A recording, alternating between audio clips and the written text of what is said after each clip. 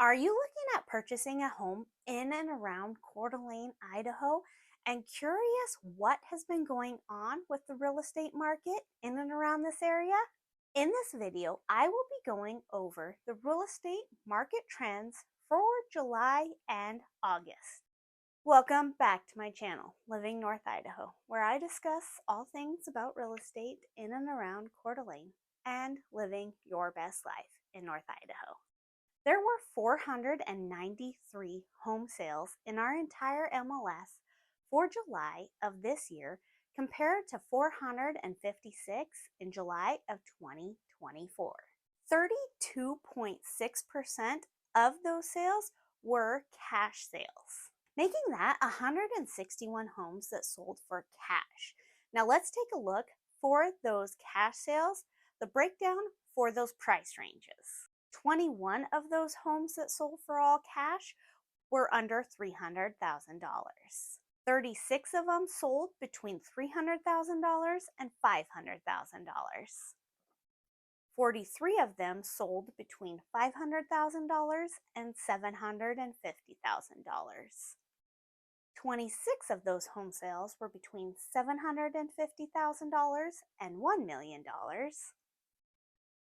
28 of those cash sales were between $1 million and $2 million.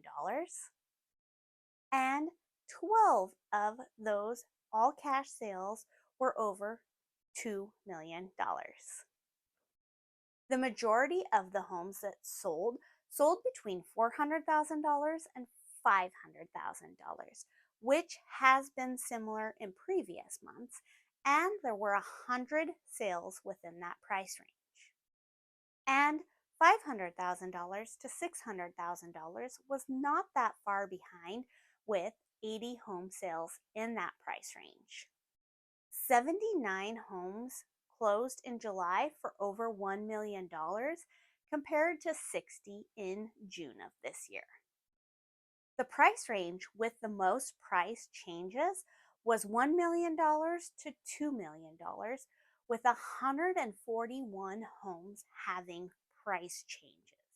Now, this is the same price range as the previous month that also had a lot of price changes. And a lot of that has to do with we just have a lot of homes in that $1 million to $2 million price range and not as many buyers. And so we are seeing sellers getting motivated and adjusting to the market of where their home should have been listed to start with.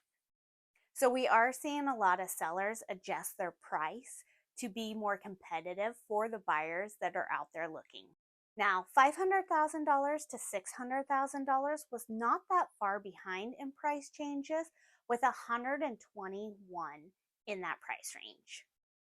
And $400,000 to $500,000 was right behind that, with 114 homes having price changes.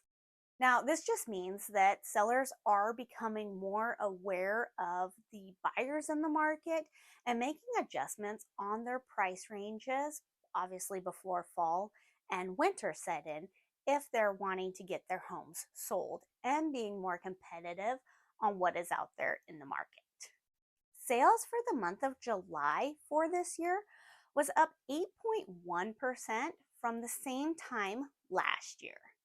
The median sold price for all the homes that sold was $563,500, which was an increase of $7,663 from the previous month, and a 2.5% increase from July of 2024, when it was $549,975. So as you can see, the sold prices are going up slightly from the same time last year. The median days on market for those sold properties was 78 days. Now that is only for existing homes that are non-distressed. And what I mean by that is that does not include new construction homes, because those tend to take a lot longer with build times. It also doesn't include short sales or REOs, because those can take a lot longer too. Of those homes that sold for the month of July, 75 of them were new construction, making that 15.2% of the sales new construction sales. Now, we still are able to find a few options in and around Coeur d'Alene for new construction under $400,000. The closer you get into Coeur d'Alene, the more it's going to be townhomes or condos. But in further out areas, we still are able to find single family homes under $400,000. And we are also seeing builders giving a lot of incentives to get homes in new construction under contract. Some of those incentives include buy down rates, maybe some closing costs paid, fencing, landscaping. It just depends on the location and the builder as to what they're offering, along with the price ranges. There is currently one active short sale in our MLS for sale. There have been, so far in 2025, 2 short sales that have successfully closed, and there are 3 that are currently pending. There is currently one active REO or bank-owned property for sale in our MLS. So far in 2025, we have seen 6 bank-owned properties that have successfully closed, and there is currently 1 that is pending. That just gives you an idea of the breakdown of the distressed properties. There's not a lot of distressed home in the grand scheme of things, and for the amount of properties that have sold in this area. A lot of that has to do with sellers still have a fair amount of equity in their home, and they're either able to refinance or sell before having to short sale or give it back to the bank.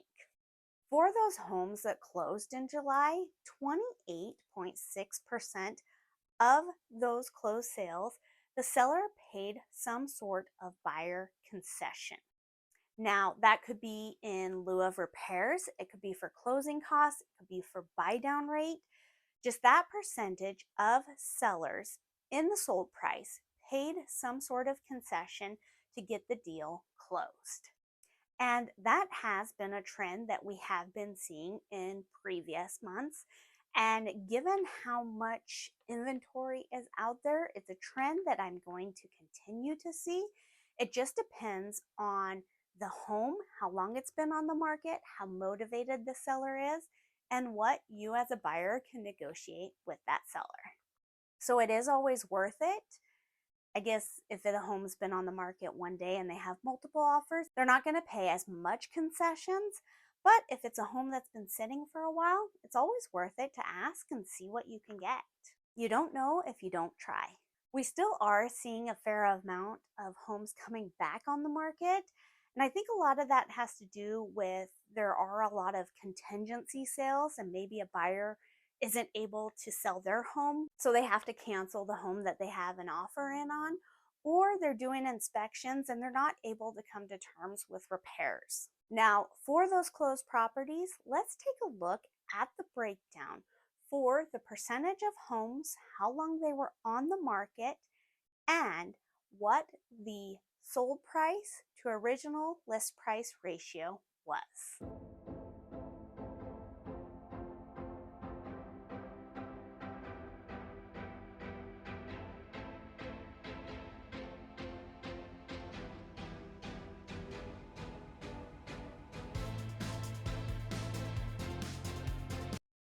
So as you can see, if you're a seller and you price your home right from the beginning, you are more likely to sell closer to that original list price than if your home was to sit on the market for multiple months.